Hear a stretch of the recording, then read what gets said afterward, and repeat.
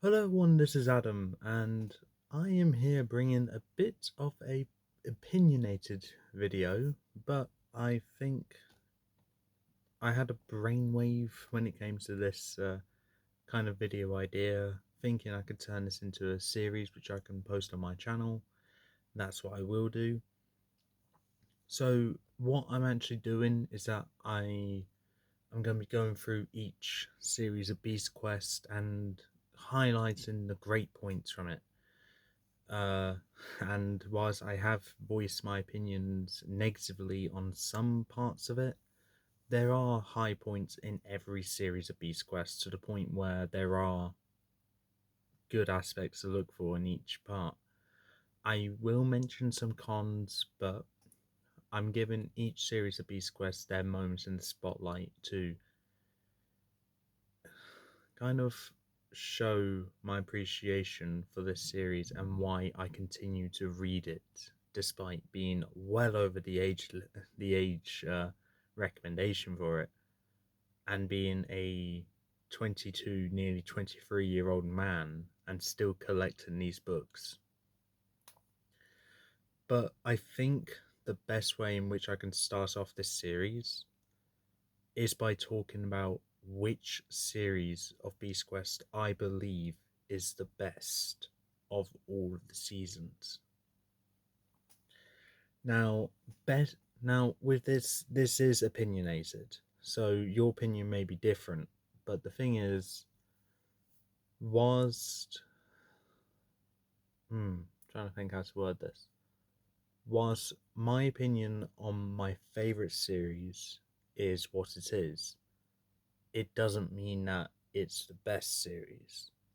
And whilst I see it as the Holy Grail, I wouldn't really say it is the best series of Beast Quest because there is a series out there which is the best.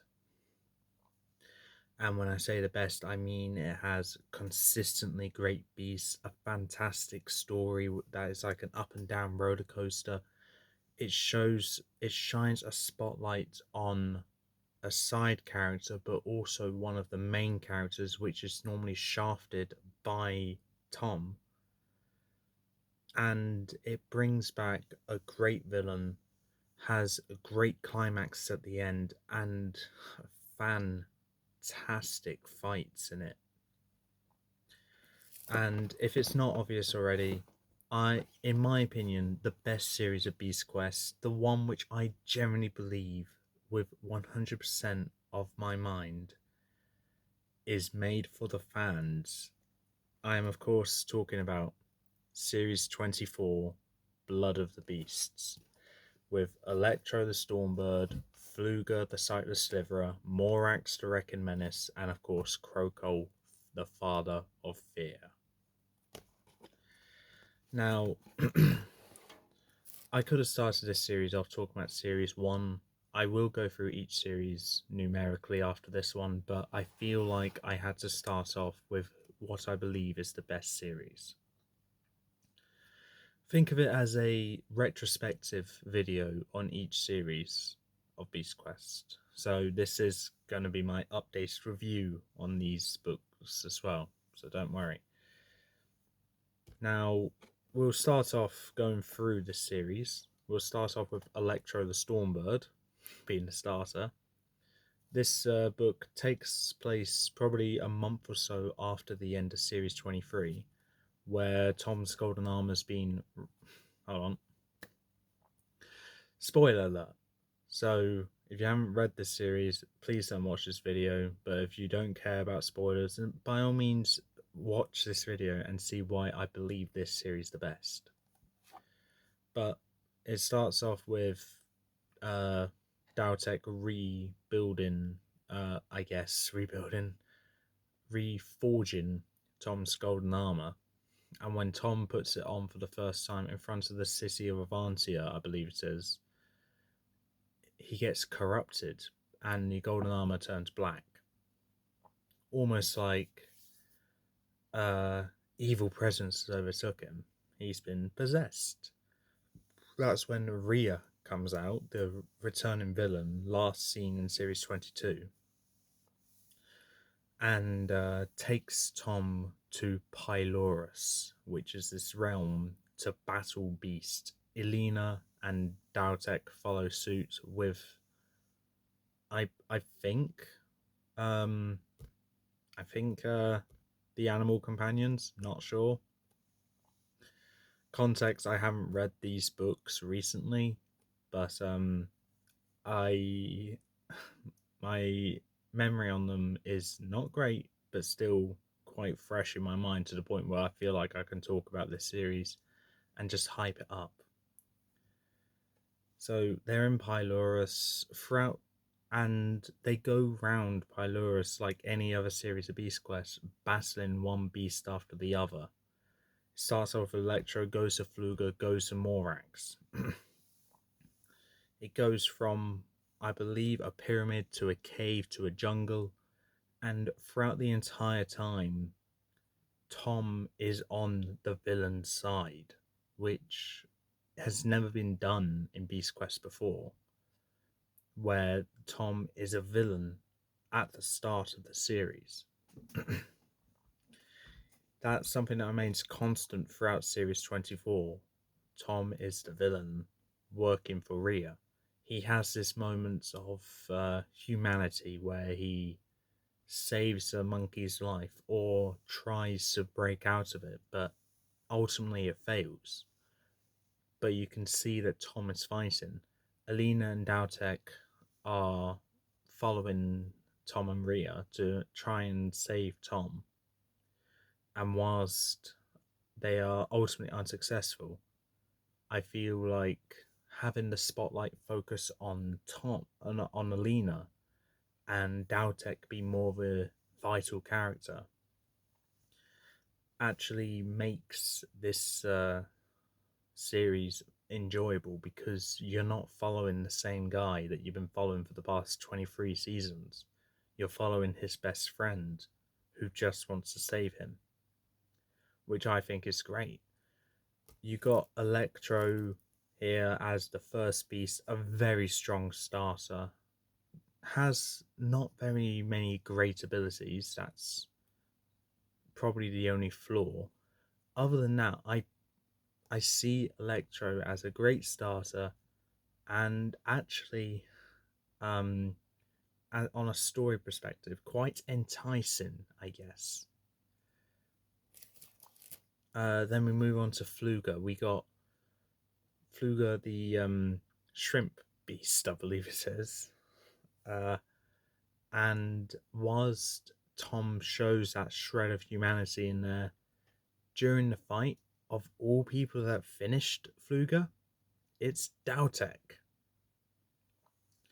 Which I think is like, hey, Daltek gets a moment in the spotlight, shows that he isn't just the kind of wizard like Adaro was, where he would just advise Tom and Alina on what to do. No, no, no. Daltek will get into battle and help out where he can, which makes Daltek a fantastic character, in my opinion. And at this point, two of the beasts have been defeated, and you're moving on to the latter half of the series. It starts off strong, and you think in the newer series, you think, oh, it's gonna get weaker. No, it gets better. Electro and Feluga start the series off at a 9. Morax and Kroko, they take it up to an 11. Morax starts off being this giant, bulky beast, ones which Tom and Alina normally have a tough time taking down themselves. But now Tom needs to take down Morax, but also fighting Alina and Daltek, whilst Alina and Daltek are trying to take down Morax but defend Tom, who's trying to kill them. It's kind of nice to see. This kind of thing has happened in the previous 2 books, which I mentioned throughout the series, but it feels more noticeable in this one. More during the carnage, Tom shows a shred of humanity and saves a monkey that was caught in the crossfires, almost got crushed by Morax. And where's Rhea through this? She's just watching. Doesn't care if Tom dies because that's her arch nemesis dead. But it I there's a reason why Morax is my favorite of this series, and it's because of the story and the beast himself. I'm aware my tournaments I host do make Morax seem like this omni droid of Beast Quest, and he is. But without mentioning the tournament, I feel Morax is actually the best beast of this series. But then we go to Kroko, which I will say is the only contender to Morax of being the best beast of this series, and it's a very close call to the point where I am constantly flipping between these two on which one's better. Kroko is one of the special beasts that is actually transformed from a human, and of all humans, it's Tom. Tom's possession went to a whole new level. The blood of Kroko was the reason why Electro, Fluger, and Morax got defeated. And with those three defeated, Kroko got summoned. And Kroko was Tom. This beast has shown immense strength of a kingdom destroying powers to the point where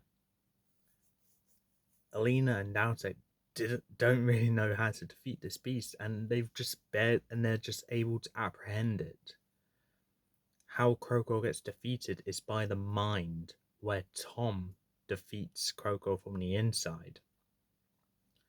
But that's only when he sees Tanner, the first Master of the Beast, who had a similar fate happen to him. Tanner wasn't able to get out though. Tom did, which shows that Tom is a very good Master of the Beast and probably the best one. But that's a video for another day. Don't know when I'll do that. Probably won't, but it's still an interesting topic to discuss. But with the inner mind of Kroko being defeated, Tom reverts back to himself rather than staying as Kroko. And the blackness from the golden armor fades away to gold. So the golden armor is now golden, and the story is over with Rhea, I believe, escaping. So Series 24, in my opinion, is a roller coaster of entertainment throughout this series, where it starts at a high point and stays going high, a couple of low points, but that's just the exciting parts. It feels like when you're reading this, you don't really know what's going to come next. And whilst yes, it may seem like it's obvious that Tom does turn into Kroko,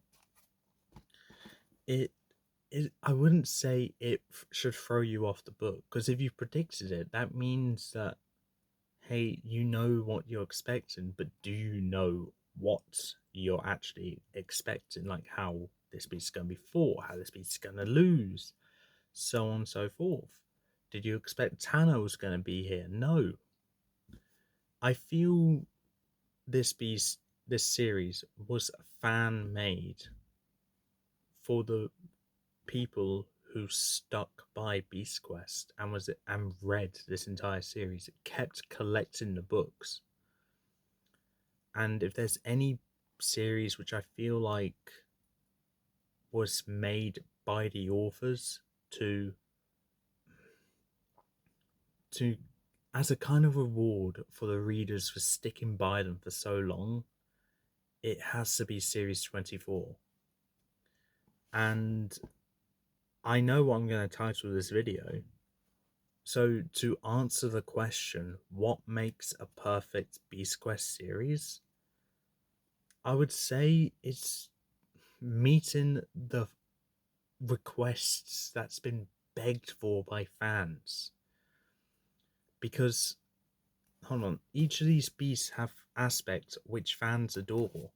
You got you got the beasts which are set on uh animals which are popular, like the bird, but also skeletal, like Stritor was popular. So they remade another skeleton beast, and that's still popular. With Fluga, the underwater beasts are some of the most popular batch of beasts. So they decide to make a deadly one which can move like a dart in water. Then you got this big, bulky, intimidating beast, which is proven to not only be defensive, but just as strong as he is defensive. And then you finish it with arguably, in my opinion, an overused trope, but still a fantastic trope of having a person or an animal transform into a beast, because it's such a creative input, which is used quite sparingly and overused in series 9 and 16, but not in a bad way for them. Is a trope that's used sparingly, and having it used at the end of that fan made series, I feel it's perfect, because you have not only a beast that transforms, someone that transforms into a beast, but this beast is a kingdom destroying beast, one that can rival Cobra with the strength and the power. If there's any negative I need to say about this series, I wish it was in the old generation, because then we would have got 6 books. And whilst I have no idea what those other 2 beasts could have been, I think seeing a reptilian beast would have been great. And a dragon. But then again, dragons and reptiles are kind of the same thing. So we'll say a dragon, and I wouldn't say no to a phoenix. So I think that would have made this series fantastic. Like pitch perfect. But either way, series 24, Blood of the Beast, is the series for Beast Quest, in my opinion. And what is the best series of Beast Quest? It's series 24. And it's it's not just me that believes that, because a year ago myself and Lucas recorded a live stream where we ranked the 30 seasons of Beast Quest from least favorite to favorite. I know there's 31 now, but I still haven't read series 31. But in that live stream, the series that we ranked second best was series 24. And everything that I mentioned in this video is the reasons why we have it so high on our rankings.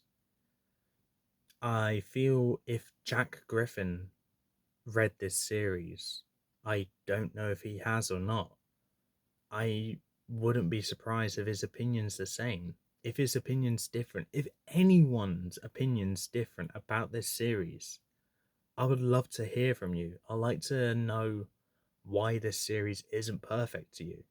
But to me, it is.